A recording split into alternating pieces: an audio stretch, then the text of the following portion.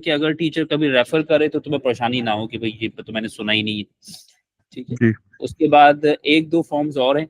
एक है आपका टू इंटरसेप्ट फॉर्म है, ये लिख लो तुम सारी जो मैं लिख रहा हूँ ना। जी स्लोप इंटरसेप्ट लिख लिया, पॉइंट ग्रेडियंट भी लिख लिया, 2 पॉइंट लिख लिया। एक है आपका x upon a plus y upon b is equal to 1, सही है, ये भी एक है। और अब देख लेना, जरूरत पड़े तो यूज कर लेना। ये कहलाती है टू इंटरसेप्ट फॉर्म, ठीक है। मैंने पॉइंट स्लोप कर दिया, 2 पॉइंट कर दिया, स्लोप इंटरसेप्ट कर दिया, 2 इंटरसेप्ट कर दिया, यही याद आ रही है मुझे। हाँ,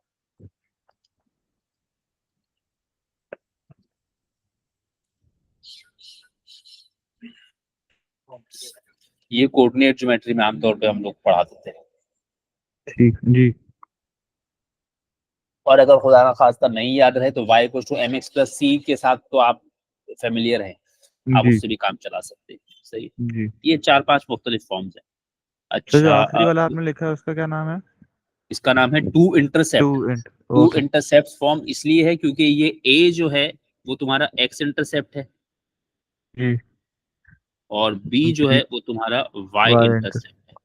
अब हो सकता है इसको कोई x upon a plus y over c करके रेफर करे, जी। जैसे ये मैंने लिखा ना y y to m x intercept c plus होता सी। है जी। हाँ, तो अब इसका एक और वर्जन है, जैसे y to m x plus c है ना, इसका एक और वर्जन भी है, y equals to m x plus b करके भी है। जी कि अब वो डिफरेंट लोग डिफरेंट तरीके हाँ से रेफर करते हैं। ओ लेवल्स में जो लोग ओ लेवल्स ए लेवल्स में पढ़ाने वाले y to m x plus c कर रहे होते हैं, और जी दूसरे सिस्टम्स में y to m x plus b करके भी है। तो वो कोई आप कहीं यूट्यूब पे देख रहे तो होता है आपको y to m x plus b भी दिख जाए, ठीक है। तो बस ये सिर्फ सिंबल्स का फर्क है, वरना चीजें वही सब कुछ, ठीक ठीक है। और अगर कभी खुदा ना खास्ता याद नहीं आए तो y को एम एक्स प्लस सी तो आपके पास है ही। जी अच्छा, फिर मैं इसका एक आध कोई सवाल देख लेता हूँ, जैसे अब ये वर्क एग्जांपल्स वगैरह देख लेता हूँ, अंदाजा हो जाएगा कि क्या है। अब ये find the equation of the tangent and the normal to this curve, ठीक है। अब मुझे नहीं लगता कि मैं इस पे टाइम वेस्ट करूँ तुम्हारा, तुमने इसको डिफरेंशिएट किया है ना, जी। डिफरेंशिएट करके इसको x इक्वल टू 2 दे दिया, तो इसने तुम्हें टेंजेंट का ग्रेडियंट दे टेंजेंट का दिया, ग्रेडियंट दे दिया। ठीक है। अब अगर तुम चाहो तो टेंजेंट के ग्रेडियंट से नॉर्मल का ग्रेडियंट पहले ही पता कर लो, जी और अगर कहो कि नहीं मैं वो इक्वेशन में -1 अपॉन m डायरेक्टली पुट करूंगा, यानी कि टेंजेंट के लिए तुम कह दो मुझे कि टेंजेंट के लिए I use y minus y1 equals to m m x minus x1, ये तुम जी टेंजेंट के लिए यूज कर लो। जी और फिर अगर तुम कहो तो y minus y1 equals to -1 upon m जी। x माइनस x1, इसको नॉर्मल के लिए यूज कर लो, या पहले से ये -1 अपॉन m की वैल्यू निकाल कर जो भी वैल्यू आई है वो यहाँ डायरेक्टली वो यहाँ सब्स्टिट्यूट। डायरेक्टली देख दो जी। हाँ, ठीक है। मैं आमतौर पे यही मशवरा दूंगा कि भाई आप एक ही फॉर्मूला याद रखें, जी टू पॉइंट स्लोप फॉर्म, और उसी में सब्स्टिट्यूट कर दीजिए, सही। जी अच्छा, अब गड़बड़ सिर्फ इतनी है कि उसने तुम्हें पूरा पॉइंट नहीं बताया, पॉइंट का सिर्फ एक्स कंपोनेंट बताया, जी तो अब तुम उसकी मदद से वाई कंपोनेंट निकाल लोगे इसमें। इस ग्राफ में ये जो भी फंक्शन है जी। इसमें आपने x की जगह 2 रखना है, और माय आपको गॉड। ये हो गया 8 प्लस 2 माइनस 9, 1 आ गया, जी तो यानी पूरा पॉइंट तुम्हारे पास आ गया 2, अब तुमने कुछ भी नहीं किया, तुमने y minus y1 m x minus x1 में, जैसे इसका ग्रेडियंट अगर निकालूंगा ना, तो पहले तो dy अपॉन dx में बता देता हूँ, तो dy अपॉन dx हो गया 4x plus 4x plus minus 8 upon x2, जी नहीं -8 क्यों, -16, जी ठीक है। -2 शुरू में आएगा ना, तो -16 अपॉन एक्स क्यूब और 0। अब आपका ये dy जी। अपॉन dx आ गया, आपने इसमें x की जगह 2 रखा, तो 8 8 is minus 16 minus upon 16 8, upon 2, जी 16 अपॉन 8 होगा ना, जी डी m आ गया आपका। अब m आपका सीधा सीधा टेंजेंट का ग्रेडियंट है, जी सही है। आपने जी। कुछ भी नहीं किया, y माइनस y1 का जगह 1, m की जगह 6x माइनस 6x x, सही है। तो जी। ये हो गया y minus 1 1 equal to is 6x 6x minus 12, minus 12 arrange कर लिया इसको आपने थोड़ा सा, तो 6x x माइनस y और जी -11 इक्वल टू 0। 0 ऐसे छोड़ना चाहें ऐसे छोड़ दें, y को सब्जेक्ट बनाना चाहें तो y equal to is equals to 6x 6x minus 11। उसके बाद फिर आप ग्रेडियंट तो आपके पास है। अब या तो आपने ग्रेडियंट को पहले ही -1/6 कर लिया जी या फिर इसी फॉर्मूले में आकर आपने सब्स्टिट्यूट कर दिया, तो एनी हाउ यही चीज आ गई। जी और ये क्या किया मैंने, और x और y की वैल्यू रख दी 1 और 1 और 2। अब ये हो गया 6y - 6 - x + 2। इसको मैंने अरेंज कर दिया 6y + x - 8 = 2। इसमें अगर चाहो y को सब्जेक्ट बनाना तो y को सब्जेक्ट बनाने के लिए y = 8 - x अपॉन अपॉन 6 ऐसे 6। भी कर सकते हैं। जी ये बहुत तरीकों से छोड़ सकते हैं, कहीं जी भी छोड़ सकते हैं। तो टेंजेंट और नॉर्मल का तो खैर आसान सा है मामला। अच्छा ये क्या है, a curve has this equation, the normal at the point 4,8 and the normal at the point 9,1 intersect at the point R. Find the coordinates of R और find the area of triangle PQR. अच्छा अब क्या हो गया, एक curve की equation तुमको दी हुई है, जी सही है, जी और तुमको ये बता दिया कि अब क्या हुआ, उस कर्व पे एक पॉइंट है P और एक पॉइंट है Q। इन पॉइंट्स पे उसने नॉर्मल्स बनाए, उस जी पॉइंट्स पे उसने नॉर्मल्स बनाए, सही है। अब कह रहे हैं find the coordinates of R, और वो नॉर्मल्स क्या कर रहे हैं, वो नॉर्मल्स एक पॉइंट इंटरसेक्ट आर कर पे रहा है। इंटरसेक्ट कर रहे हैं, जी ठीक है। तो अब नॉर्मल क्या है, normals are actually the straight lines. जी स्ट्रेट लाइंस का पॉइंट ऑफ इंटरसेक्शन कैसे निकालते हैं? Simultaneous equation. हाँ, यानी कि अब आपको पहले नॉर्मल्स की इक्वेशन दो चाहिए होंगी ना। नॉर्मल्स के अलग अलग इक्वेशन निकालेंगे हम लोग, उन दोनों को साइमल्टेनियस सॉल्व कर लेंगे तो अब उनका पॉइंट ऑफ इंटरसेक्शन हमारे पास आ पॉइंट ऑफ जाएगा। इंटरसेक्शन आ जाएगा, सही है। बस जी ख्याल ये रखना कि पहले डिफरेंशिएट करोगे, डिफरेंशिएट करने के बाद एक दफा dy/dx में 4,8 रखोगे, तो जी वो जो ग्रेडियंट आएगा वो टेंजेंट का आएगा, उस पे जी परपेंडिकुलर लाइन कंडीशन लगा के नॉर्मल कराओगे, फिर 9,1 रखोगे सेम dy/dx में, सही है। जी तो जब टेंजेंट्स की इक्वेशन आ गई तो साइमल्टेनियसली सॉल्व कर लिया तो r आ गया। जी बस हम लोग ग्रेडियंट तो एक ही दफा निकालेंगे ना, बस टेंजेंट का। नहीं ना, ग्रेडियंट दोनों दफा निकालोगे ना, क्योंकि पॉइंट डिफरेंट है। एक दफा हाँ, एक एक दफा एक दफा 4 रख के निकालेंगे, फिर एक दफा हाँ 9 रख के एक दफा निकालेंगे। 9 रखें, क्योंकि पॉइंट्स ओके, अलग है ना। मतलब एक दो दफा अलग तुम्हारा, अलग ग्रेडियंट बनाए हैं एक ही कर्व के ऊपर। हाँ हाँ, यानी कि देखिए dy/dx तो आपने एक दफा निकाल लिया ना। जी ये तो आप जानते हैं कि जर्नल dy/dx के अंदर तो ये कैपेबिलिटी है कि वो आपको किसी भी टेंजेंट का या किसी भी नॉर्मल का ग्रेडियंट बता पाएगा, बस वो आपसे यही पूछेगा कि जी किस पॉइंट पे है। जी अब आपने उसको पॉइंट्स बताने, डिफरेंट पॉइंट्स है तो डेफिनेटली उनके टेंजेंट्स अलग होंगे, उनके ग्रेडियंट्स भी अलग होंगे, ठीक है। जी dy/dx एक ही दफा आ जाएगा, और वो जैसे ही आ गया उसमें तुमने जो है, यानी कि अगर मैं निकाल दूं dy/dx, तो dy/dx 3 शुरू में आया, ओरिजिनल पार्ट में एक कमी, तो 3 शुरू में आ गया 4 minus square root of x square, और 4 minus square root of x square का डिफरेंशियल, तो -1/2√x, सही है। जी तो ये सब कुल मिलाकर हो गया -3 × जी 4 माइनस रूट एक्स का होल स्क्वायर अपॉन जी 2√x, सही है।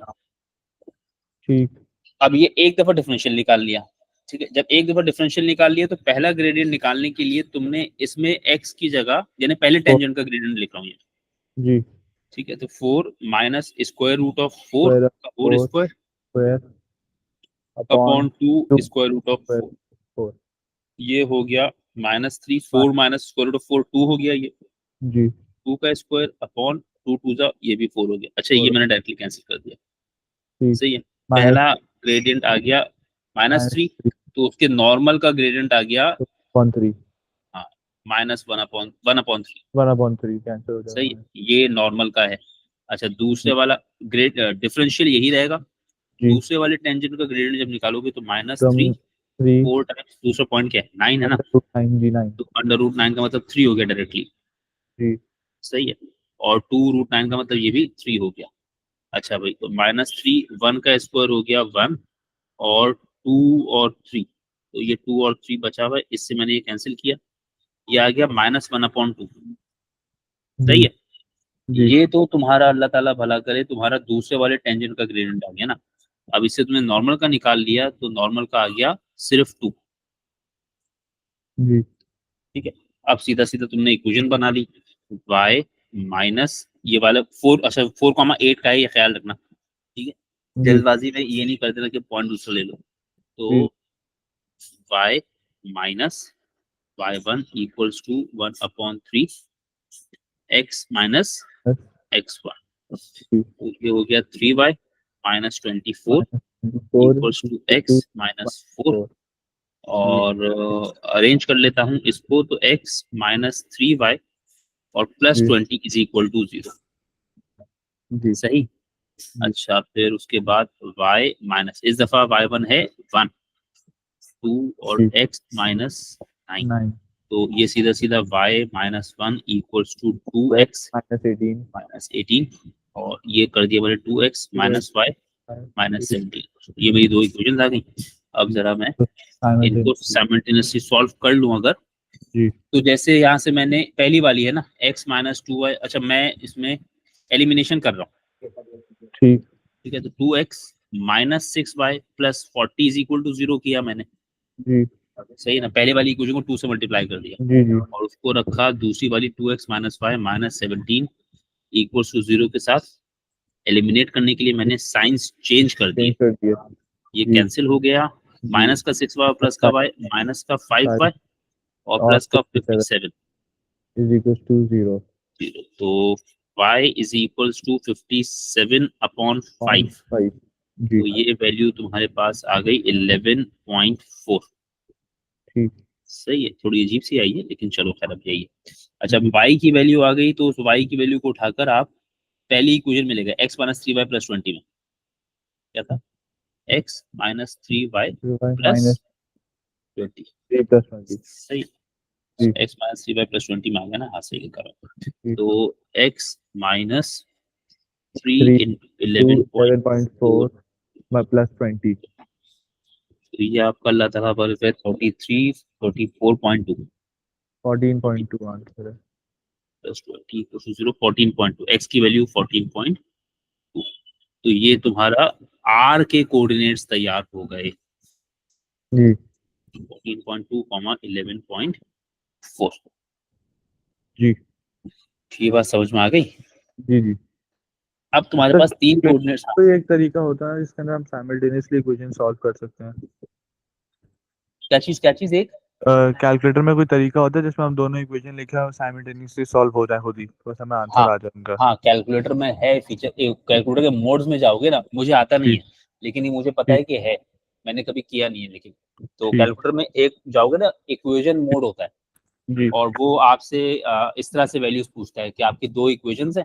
तो पहली मतलब आपकी जो स्टैंडर्ड फॉर्म है ना इक्वेशन की, लाइन की इक्वेशन की, वो ये है a x plus b y plus c equal to 0। सही है, ठीक यानी कैलकुलेटर जानता है कि x का कोफिशिएंट है a, y का कोफिशिएंट है b और कांस्टेंट है c। ठीक सही है, जी तो ये वाली इक्वेशन उसमें जो है ना वो स्टोर होती है। अच्छा, अब जब आप उसको दो इक्वेशंस बताते हैं ना, तो वो आपसे फिर a1 b1 c1 की वैल्यूज पूछ लेता है, और फिर जी A2 B2 C2 कुछ इस तरह से पूछता है। वो जरा देखोगे यूट्यूब वगैरह पे तो मिल जाएगा। ठीक है, ठीक मुझे कभी इत्तेफाक नहीं हुआ कैलकुलेटर से करने का, ना जरूरत पड़ी, तो लेकिन ये मुझे पता है कि होता है मेरे ख्याल में। ठीक है, जी तो फिर ये सब्स्टिट्यूट कर दोगे तो वो सॉल्व करके आंसर बता देता है। ठीक ठीक है, तो देख लेना, मुझे ठीक एग्जैक्टली याद नहीं है कि कैसे वो काम करता है। जी हाँ हाँ। अब उसके बाद, अब ये मुझे समझ में नहीं आ रही बात कि पी क्यू और आर तो मैंने निकाल लिया, पी क्यू दिया हुआ है, आर हमने निकाल लिया है। अब जी एरिया ऑफ ट्रायंगल निकालना है, तो एरिया ऑफ ट्रायंगल के लिए तो हमारे पास अब तीन कोऑर्डिनेट्स है ना। जी ठीक है, तीन कोऑर्डिनेट्स का एक फॉर्मूला है मेरे पास एरिया ऑफ ट्रायंगल निकालने का, लेकिन वो मेट्रिसेस से पढ़ा हुआ है। ठीक है, तो और वो 3x3 के मैट्रिक्स से पढ़ा हुआ है, तो वो तो खैर आप यूज नहीं कर सकते। सही है। जी अच्छा, अब इसमें इन्होंने पूरा ड्रॉ किया हुआ है, देखो। ठीक है, और अब ये ड्रॉ करके, यानी पी क्यू और आर को प्लॉट करके, और फिर उसकी लेंथ और विड्थ के अंदाजे लगाए हुए, नजर आ रहा है। जी जी ठीक है, और किया क्या है, पूरे रेक्टेंगल के एरिया में से तीन ट्रायंगल्स को सेपरेट किया है। जी ठीक है, फिर जाके यानी फाइंड कि किया ये लिखा हुआ है ना area of rectangle minus sum of the areas of outside triangles. सही है। अच्छा, वो ट्राइंगल्स के एरिया कैसे मालूम किया? 1/2 multiply by base multiply by height से। सही है। इसमें एक फॉर्मूला भी है, लेकिन वो 3/3 मैट्रिक्स का है, तो वो तो नहीं यूज कर सकते। ठीक है। तो फिलहाल तो ये ऑप्शन है कि आपको ये ड्रॉ करके ही करना पड़ेगा, क्योंकि और कोई ऑप्शन फिलहाल नहीं है आपके पास। क्योंकि एरिया ऑफ ट्राइंगल का जो एक फॉर्मूला मेरे पास है ना, मैं लिखता हूं तुमको, और वो अगर 3 कोऑर्डिनेट्स दिए हों, लेकिन ये सिर्फ तभी कर सकते थे अगर तुमने 3/3 वाले मैट्रिसेस पढ़े होते। मैं फॉर्मूला लिख देता हूँ। x1 y1 1, x2 y2 1 और x3 y3 1। ये x1 y1 x2 y2 और x3 y3 बेसिकली जो है वो 3 कोऑर्डिनेट्स हैं। 3 कोऑर्डिनेट्स जी। हाँ। और उसके बाद अच्छा, इसमें अच्छी बात ये है कि जैसे मैंने x1 y1 1 रो में लिखा है, अगर जी आप इसको कॉलम्स में भी लिख दोगे ना, यानी कभी कभी अगर किसी, जब हम पढ़ाते हैं ना लोगों को फॉर्मूला, तो फिर एक कंफ्यूजन ये आती है कि वो याद नहीं रहता किस तरह लिखा था, क्योंकि एक चीज और है, वो उससे मिलती जुलती फॉर्मूला है। ठीक है। जी तो अब इसमें गड़बड़ ये हो जाती है कि x1 y1 1 रो में लिखना है कॉलम में लिखना है, आप कैसे भी लिखते हो ना, फर्क नहीं पड़ता। मगर मसला ये है कि हमारे यहाँ हमने 3/3 का मैट्रिक्स नहीं पढ़ा हुआ होता, तो नहीं चलता। जी ठीक है। जी ठीक है। तो फिलहाल तो जी आप ये फॉर्मूला नहीं यूज कर सकते, तो अभी तो फिर आपको वही है कि सिंपल कोऑर्डिनेट ज्योमेट्री के थ्रू आप इसको ड्रॉ करेंगे, और ड्रॉ करने के बाद area of the required region मालूम करने के लिए शेडेड अनशेडेड वाला कॉन्सेप्ट लगाएंगे। ठीक सही है। ये तो खैर जी डिफरेंट तरह की एप्लीकेशंस हैं इसकी। अच्छा, टेंजेंट और नॉर्मल में यही सब कुछ है। ठीक है। ये फॉर्मूला मैंने ठीक लिख तो दिया है, मगर याद रखना कि ये मतलब मैंने लिख दिया है सिर्फ तुम्हें बताने के लिए कि कभी मतलब आगे जी वागे काम आ जाएगा। ठीक है। ये भी यूज नहीं कर सकते जब तक 3/3 का मैट्रिक्स नहीं पढ़ लोगे। सही है। हम ए लेवल में तो नहीं पढ़ेंगे ये। मेरे ख्याल में A2 में शायद पढ़ोगे। ठीक A2 में पढ़ोगे, एस में तो नहीं पढ़ोगे, A2 में शायद पढ़ोगे। ये मजे का ठीक टॉपिक है ये तो अपना, अगर ढंग से पढ़ा दिया जाए ना 3/3 के मैट्रिक्स और उनके डिटर्मिनेंट्स को, अगर तुमको A2 के टाइम पे ये पढ़ाए ना, तो तुम हम्म अगर नहीं समझ में आए तो मुझे बताना। ठीक है। ये जी बहुत मजे का टॉपिक हो, बहुत बहुत अच्छे तरीके से ये जो है ना वो डेवलप हो जाता है। लेकिन अनफॉर्चुनेटली बच्चे हमारे यहाँ इसको याद करते हैं, समझते नहीं है। 3/3 के मैट्रिक्स का शुरू का अगर समझ लिया ना, फिर आपको तंग नहीं करता, और वो याद करते हैं हमारे यहाँ लोग। तो अगर वो, अब तुम्हें डिफिकल्टी हो तो मुझे बताना, फिर मैं तुमको ठीक बता दूंगा तो कैसे करो। ठीक ठीक है। अच्छा, अब ठीक ये सब तो फिर वही डिफरेंट डिफरेंट उसकी अपना लेवल ऑफ डिफिकल्टी आ जाएगा। हाँ, ये है एक चीज और, सेकंड डेरिवेटिव। अभी उस दिन मैंने हायर डेरिवेटिव्स की बात की थी ना तुमसे। जी हाँ, अब ये वो है। ठीक है। अच्छा, अब इसमें क्या मामलात हैं कि आपको फंक्शन दिया हुआ है और आपसे कहेगा जी उसका सेकंड डेरिवेटिव या फर्स्ट डेरिवेटिव या थर्ड डेरिवेटिव बता दे। ठीक है। ये देखो, जी ये लिखा हुआ है फर्स्ट डेरिवेटिव। उस दिन जी मैंने तुम्हें बताया था ना। अब जी इसको जी क्या बोलते हैं? dy/dx भी बोलते हैं, y डैश भी बोलते हैं, f डैश जी x भी बोलते हैं, d/dx ऑफ fx भी बोलते हैं। जी सही है।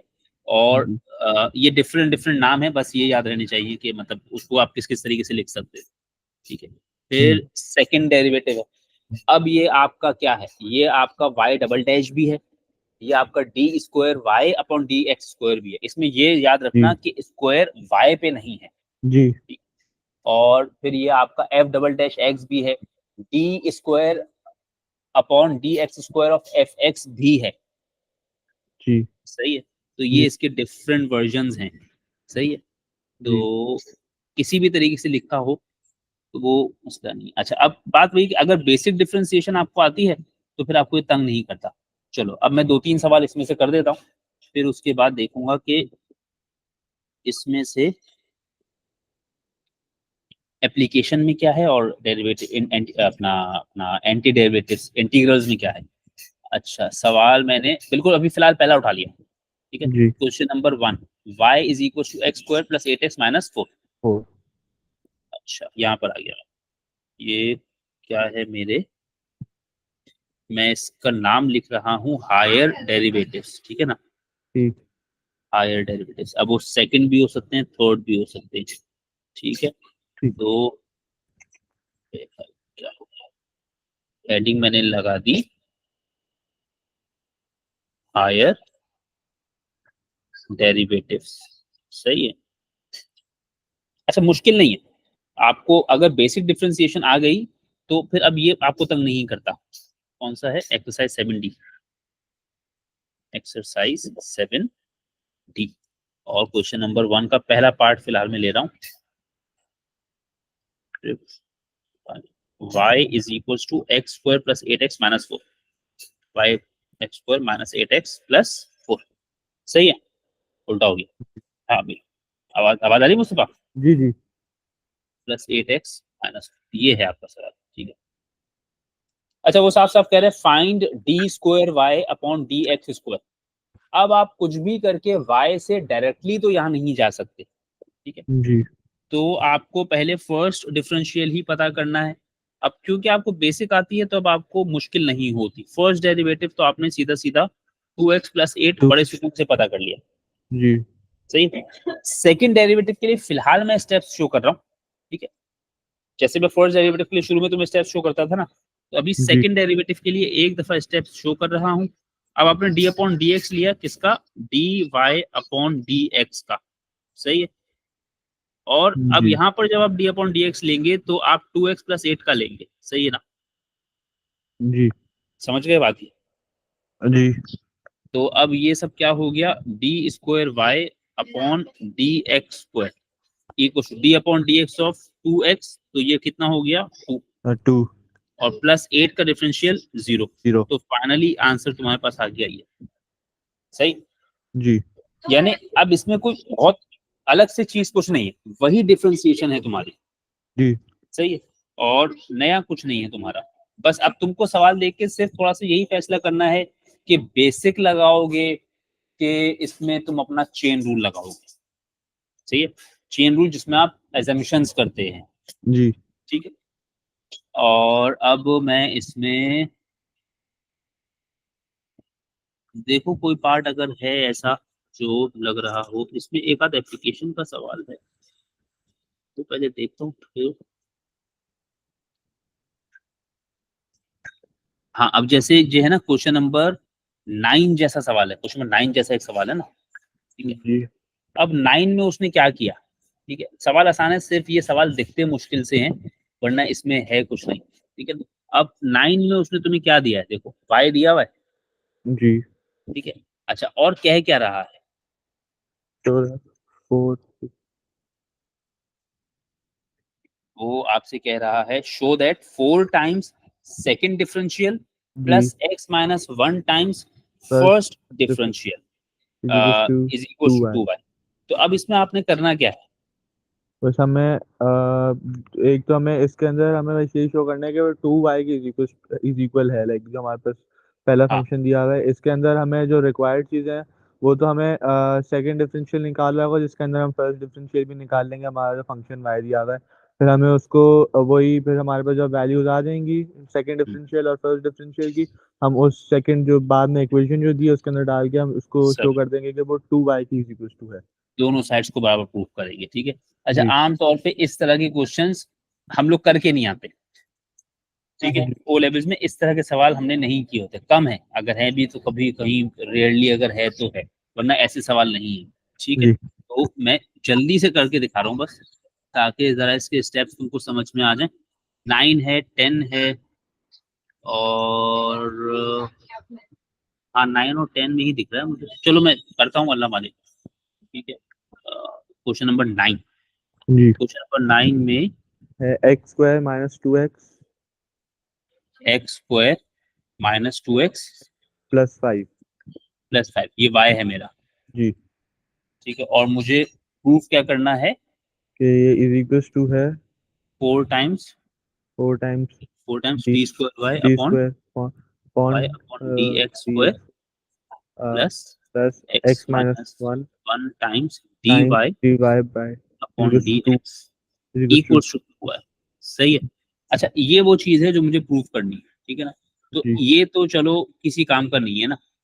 मुझे जो जी चीज दी है वो y दिया हुआ है, तो मैं सबसे पहले क्या करूंगा? अपने y से पहला काम तो मेरी मजबूरी है कि d y upon d x निकालूंगा ही। अब वो एक अलग बात है कि उसकी जरूरत भी है, तो जी वो आ गया 2x माइनस 2। फिर मैंने सेकंड डिफरेंशियल निकाला तो d square y upon d x square आ गया 2, ठीक है जी। अच्छा अब मैं चला गया अपने प्रूफ की तरफ, जो चीज मुझे प्रूफ करनी है, ठीक है जी। वो जो प्रूफ करना है वो कहता है कि भाई 4 times d square y upon d x square plus x minus 1 times d y upon d x is equal to 2y, ठीक है अब आपने जो वैल्यूज निकाली हैं बस वो सब्स्टिट्यूट करें, यानी ये जो d square y upon d x square है इसकी जगह क्या सब्स्टिट्यूट कर दोगे, इसकी जगह 2 सब्स्टिट्यूट कर देंगे, फिर x minus 1 as it is, d y upon d x की जगह तुम सिंपली अपना 2x माइनस 2 सब्स्टिट्यूट कर देंगे। अच्छा अब इसमें भी ना मैं तुमको थोड़ा सा एक चीज बता दूंगा, अच्छा अब ये दोनों साइड्स बराबर आनी चाहिए हैं, फिलहाल डेफिनेटली बराबर नहीं आ रही, तो 4 2 8 हो गया प्लस, अच्छा अब मैंने क्या किया, मैंने इसमें एक होशियारी की थोड़ी सी, वो ये की, सही है जी मैंने 2 कॉमन ले लिया, मतलब नहीं भी लेते तो भी कोई मतलब कोई मसला नहीं होता, ठीक है लेकिन मैंने 2 फिलहाल कॉमन ले लिया, तो 8 प्लस 2 एज इट इज, अब ये x माइनस 1 का होल स्क्वायर हो जाएगा x square minus 2x plus 1 is equals to 2y, यहाँ तक बात समझ में आई? ये आपने ब्रेक मतलब उसको वो समझ नहीं आया कैसे किया है, क्या चीज? चलो एक्स स्क्वायर प्लस 2x, अच्छा मतलब ये वाले स्टेप तक आ गया ना? जी जी हाँ अब ये जो x minus 1 into x minus 1 लिखा है बेसिकली x माइनस 1 का होल स्क्वायर हो गया, जी ठीक है मैंने इस पे आइडेंटिटी लगा के इसको एक्सपेंड किया, ठीक सही है जी अच्छा अब ये किया ना मैंने, और उसके बाद मैंने अब इसको देखो अभी क्या हो रहा है मसला, अब एक मसला थोड़ा सा ये हो रहा है कि तुम्हारे पास जो आंसर आना है वो आना है 2y, और लेफ्ट हैंड साइड पे जिस चीज से तुम 2y बनाना चाह रहे हो वो सारे का सारा x में है, जी इतनी बात समझे हो? यानी कि ये x square minus 2x plus 1 या सिर्फ एक्स स्क्वायर माइनस 2x को तुमने y में सब्स्टिट्यूट करना है, पूरे इस सवाल में जो एक बस थोड़ा सा गेम होता है ना वो यहाँ पर इस स्टेप में होता है जी, ये मसला ये आ रहा है, ठीक है या तो चीजें, हमारा सवाल ने क्या पूछा कि वो 2y होगा या जो हमें उससे फंक्शन दिया है हाँ उसका डबल होगा, या तो फंक्शन का डबल कह लो, फंक्शन का डबल ही हो जाएगा ना, 2y का तो यही मतलब है ना, या तो आप फंक्शन का डबल बनाते हैं इसको, ठीक है तो अब या तो सारे का सारा आप 2y कर दें, ठीक है अब देखो अब मैं इसमें से यहाँ से ऑनवर्ड 2 काम करूंगा, एक तो वो जो यहाँ से आसान रास्ता है मेरा, ठीक है कि ये 8 हुआ, ये 2x स्क्वायर हुआ, ये माइनस का 4x हुआ प्लस 2, ये सब का सब 2y के बराबर आना चाहिए, 2y के बराबर जी। अच्छा अब मैंने इसको फिलहाल कुछ भी नहीं बिल्कुल एज इट इज सब कुछ ऐड सब्ट्रैक्ट किया, जो भी हुआ, अब मुझे पता है यार ये सब कुछ 2y के बराबर तो नहीं दिख रहा, बट जो मेरा y है ये उसका दुगना है, मेरा y क्या था, ये मेरा y है, नजर आया? जी जी यानी मेरा y है x square minus 2x plus 5, जी सही है, अगर मैं यहाँ से 2 कॉमन लेता हूं तो यहाँ भी x square minus 2x plus 5 ही बचता है जी। अच्छा अब ये वाला सारा हिस्सा किसके बराबर है मेरे भाई, ये वाला सब कुछ क्या था, ये वाला तुम्हारा ओरिजिनल फंक्शन जो था वो ही है, तो यानी कि आपने इसको रिप्लेस कर दिया y से, तो 2y is equal to 2y, दोनों साइड पे सेम चीज आ गई, ठीक है ना? अच्छा एक चीज तो एक मामला तो ये हो गया, अब इसमें मैं तुम्हें एक और मामला बता रहा हूं ताकि हमेशा ऐसा नहीं होगा कि तुम्हारा पूरे का पूरा फंक्शन एज इट इज आ जाएगा, सही है तो अभी तो तुम्हारे पास क्या हुआ, तुम्हारा पूरे का पूरा y x square minus 2x plus 5 आ गया ना, अब मैं तुम्हें इसका एक और तरीका सिखा रहा हूँ, ये मैं नहीं कह रहा हूँ कि तुम इसको यूज भी करना, लेकिन अगर कभी ना हो रहा हो तो करना, मैंने इतना जरूर कर दिया, इतनी बात समझ में आई मैंने क्या किया? एक सेकंड,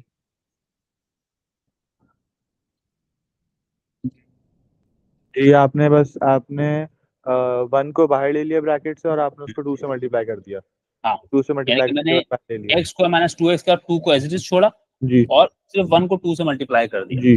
अब मुझे पता है कि यार ये वाला जो हिस्सा है ना ये मेरा अनवांटेड हिस्सा है, मुझे x नहीं चाहिए, मुझे y चाहिए, जी सही है अच्छा अब जैसे एक तरीके में तो पूरे का पूरा y में चला गया था ना, अब कभी हो सकता है ऐसा ना भी हो, तो मैंने सिर्फ जितना x वाला हिस्सा था उसको रोका। और ये जो y दिया हुआ है, ये जो y दिया हुआ है, यहाँ से अगर तुम x स्क्वायर माइनस 2x की वैल्यू निकालोगे तो वो आएगी y माइनस 5। जी यानी मैं कर क्या रहा हूँ, बेशक जबरदस्ती ही कर रहा हूँ अभी, लेकिन कर क्या रहा हूँ, आपको ये सिखा रहा हूँ कि x से जान छुड़ा के y को लाएं कैसे आप। ठीक।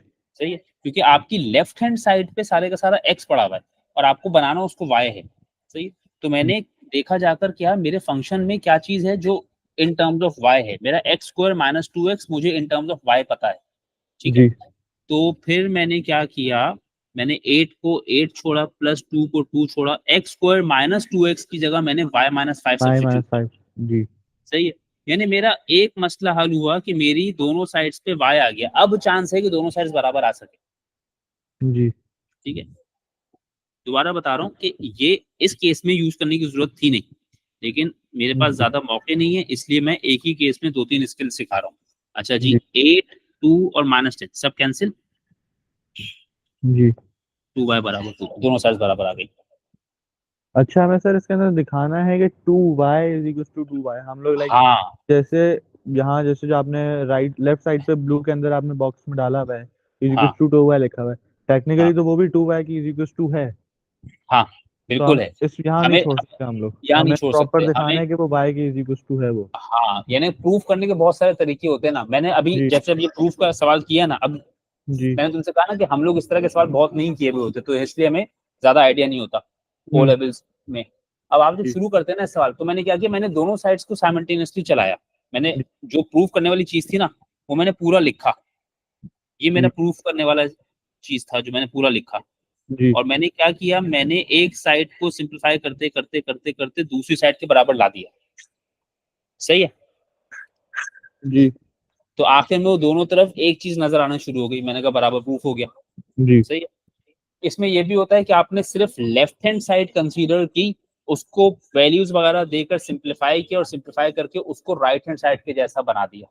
जी ठीक है, अब इसमें बहुत सारे तरीके होते हैं, आप राइट हैंड साइड कंसीडर करते, यानी कि आप मुझे कहते कि मैं 2y लेकर आऊंगा और ये सब कुछ बना दूंगा, बट वो बहरहाल मुश्किल काम होता, क्योंकि इसमें फिर डी स्क्वायर वाई और d y upon d x वगैरह भी मौजूद है।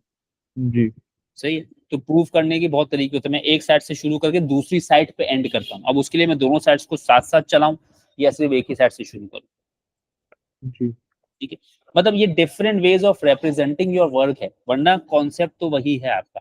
बट हाँ, आप यहाँ छोड़ेंगे नहीं। हमें सब्स्टिट्यूट करना पड़ेगा y के साथ उसको। हाँ, आप यहाँ गिवन छोड़ेंगे नहीं, करके। मैं कहूँगा भाई मुझे क्या पता, अब आप कहें नहीं देखिए ये तो y का ही डबल है, मैं कहूँ, भाई जी मुझे कैसे पता, आप मुझे दिखाओ ये y का डबल कैसे है। आपने 2 कॉमन लेने के बाद मुझे दिखाया कि x square minus 2x plus 5 है, और आपने कहा कि जी एक्स स्क्वायर माइनस 2x 5 जो है वो y के y बराबर है। इज इक्वल आपने टू है। सब्स्टिट्यूट किया, फिर मैंने कहा हाँ अब सही है। ठीक। सही है, तो जी अच्छा एक ये मामला हुआ, तो इस तरह का एक सवाल है, और यही सब है हायर डेरिवेटिव्स में ना, ये वाले सवाल, यानी कि देखो ये सवाल तंग नहीं करेंगे, ये जो क्वेश्चन नंबर 1, क्योंकि तुम्हें बेसिक डिफरेंशिएशन आती है ना, तो ये जी सवाल मेरे हिसाब से तुम्हें तंग नहीं करेंगे। ठीक है, जी जैसे मैं इसमें 2 में से एक पार्ट कर देता हूँ, सी थोड़ा सा लग रहा है मुझे, सी कर देता हूँ, फिर उसका मुझे नहीं लगता कि उसमें कोई चीज कॉन्सेप्ट वाइज कोई चीज तंग नहीं करेगी एटलीस्ट। जी ठीक है, फिर वो क्वेश्चन का अपना लेवल ऑफ डिफिकल्टी तो खैर कोई भी प्रिडिक्ट नहीं कर सकता, क्योंकि वो तो फिर सवाल कई तरह का आएगा। F x is equal to 2x minus 3 root x, 2x minus 3 root x whole divide by x square. सही, अब ये सवाल है, अब उसका सेकंड डेरिवेटिव निकालना है। तो पहले तो वही बात है कि आप इसका फर्स्ट निकालेंगे फिर सेकंड निकालेंगे। अब जी देखने में ये चीज बड़ी मुश्किल लग सकती है कि यार ये क्या है। ठीक है, तो अपने बेसिक्स को अगर आप स्टिक करेंगे ना तो आपको मुश्किल नहीं होगी। अब जैसे इसको डिफरेंशिएट करना है ना, तो हमारे पास कुछ भी नहीं है, यानी कि आपके पास ज्यादा तरीके तो है ही नहीं। एक होता है ना कि आपको मल्टीपल चीजें पढ़ाई हो, 50,000 तरीका हो, तब आप घबरा जाएं। आपको तो ज्यादा कुछ पढ़ाया ही नहीं ना। ठीक है, आवाज आ रही है मेरी? जी तो आपको तो बहुत सिलेक्टेड सी चीज पढ़ाई, यानी कि आप समझ लें कि आपको तो चेन रूल भी हमने वो पढ़ाया है जो बेसिकली बेसिक ही है वो एक तरीके से। ठीक है। जी यानी मैंने आपको फ्रैक्शंस को बेसिक के अलावा कैसे इंटीग्रेट करना ये नहीं सिखाया, फैक्टर्स को बेसिक के अलावा कैसे इंटीग्रेट करना ये भी नहीं सिखाया, मैंने आपको बेसिक ही पढ़ाई भी है, ठीक है। जी तो मुझे पता है कि जी मैं इसको डिस्ट्रीब्यूट करने के अलावा कुछ नहीं कर सकता, ठीक है। तो यहाँ तक बात पहुंचा दी मैंने। अच्छा, ये हो जाएगा 1/2 में से ये माइनस, तो ये हो जाएगा 3x की पावर -3/2। ये बात समझ जाओगे, डायरेक्ट किया है मैंने थोड़ा सा, देखो। नहीं, यानी कि ये पहले वाला हमारे पास हमारा एक्स स्क्वायर कहाँ जाएगा फिर? जो कौन सा? नीचे है, नीचे आ, एक्स स्क्वायर है। अच्छा, अब देखो ये था 2x/x² था ना, जी इसकी पावर 1 थी, जी तो मैंने किया x की पावर 1 -2, ठीक। ठीक है। यानी पहले जी, मैंने इस स्क्वायर को डिस्ट्रीब्यूट किया, इसको अलग दिया और इसको इसको अलग अलग दिया, दिया। सही। जी फिर मैंने पहले वाले हिस्से में x था, x उसको कैंसिल किया तो अपॉन में x बचा, जो ऊपर आकर -1 हो गया। अभी डिफरेंशिएट नहीं किया मैंने, जी सही है। फिर उसके बाद दूसरे हिस्से में मेरे पास ऊपर है x की पावर 1/2 और नीचे है x की पावर 2, 2, तो वही ऊपर आ वाली गया बात इससे आ गई। -2, हाँ, ठीक। तो ये बच गया -3/2, जी सही है। और वो 3 वहां वैसे का वैसा मौजूद था। यानी जी मैंने अभी अपने फंक्शन को सिर्फ स्ट्रेटन किया है, जी फ्रैक्शंस खत्म सिंप्लीफाई किए। किया। हाँ जी हाँ हाँ। अब आपने इसका पहला डिफरेंशियल निकाला f-x, तो -2x की पावर -2, ये बात सही है। जी फिर उसके बाद आपने ये वाला -3 एज इट इज, और ये -3/2 शुरू में, x की पावर में एक कमी तो -5/2 बनेगा, समझे। जी ये मैंने फर्स्ट डिफरेंशियल लिखा है, देखो f' लिखा है, जी जी सही। तो अच्छा, इसको मैं फिलहाल सिर्फ जो थोड़ा बहुत सिंप्लीफाई हो रहा है वो कर रहा हूँ, +9/2 x की पावर -5/2। आप फर्स्ट डिफरेंशियल में बहुत ज्यादा लंबी चौड़ी सिंप्लीफिकेशन करने में मत बैठिएगा, क्योंकि उसने सेकंड डिफरेंशियल पूछा है ना आपसे, जी ठीक है। तो आपको सेकंड डिफरेंशियल जब उसने पूछा हो ना, तो आप फर्स्ट डिफरेंशियल पे बहुत ज्यादा मेहनत नहीं कीजिएगा, जो छोटी मोटी कैंसिलेशन वो कर दें, सही है। ठीक। आपको जाना है सेकंड डिफरेंशियल के पास, तो वो निकालें और फिर उसी में कीजिएगा सिंप्लीफिकेशन। वो मैं इसलिए कह रहा हूँ क्योंकि सेकंड डिफरेंशियल के टाइम पे हो सकता है कुछ चीजें कैंसिल आउट हो जाए कुछ केसेस में, इसमें नहीं होंगी, इसमें तो खैर नेगेटिव है पावर, लेकिन जी अगर पॉजिटिव होती है तो चीजें कम हो जाती है, जैसे तो तुमने ये देखा ना देता है पिछले। +4x - 3 हाँ, पावर तो 4x की पावर -3, ये आसान सा हो -3। गया। जी फिर ये 9/2 शुरू में 2। लिखा है, जी -5/2 -5/2। x की पावर जी x की -5/2 पावर। -1 -7/2। जी तो ये सारे का सारा हो गया 4x - 3 जी -9 5 = 45/4 और x की पावर -7/2, जी सही। ये है तुम्हारा सेकंड हायर डेरिवेटिव्स निकालने का मसला, सही है। अभी जी टाइम है ना। जी जी अच्छा, अब एक छोटा सा काम है, इसकी एप्लीकेशन। अच्छा, अब एप्लीकेशंस कई तरह की है, मैं तुम्हें अभी एप्लीकेशंस अभी रोक रहा हूँ, ठीक है। जी एक सेकंड।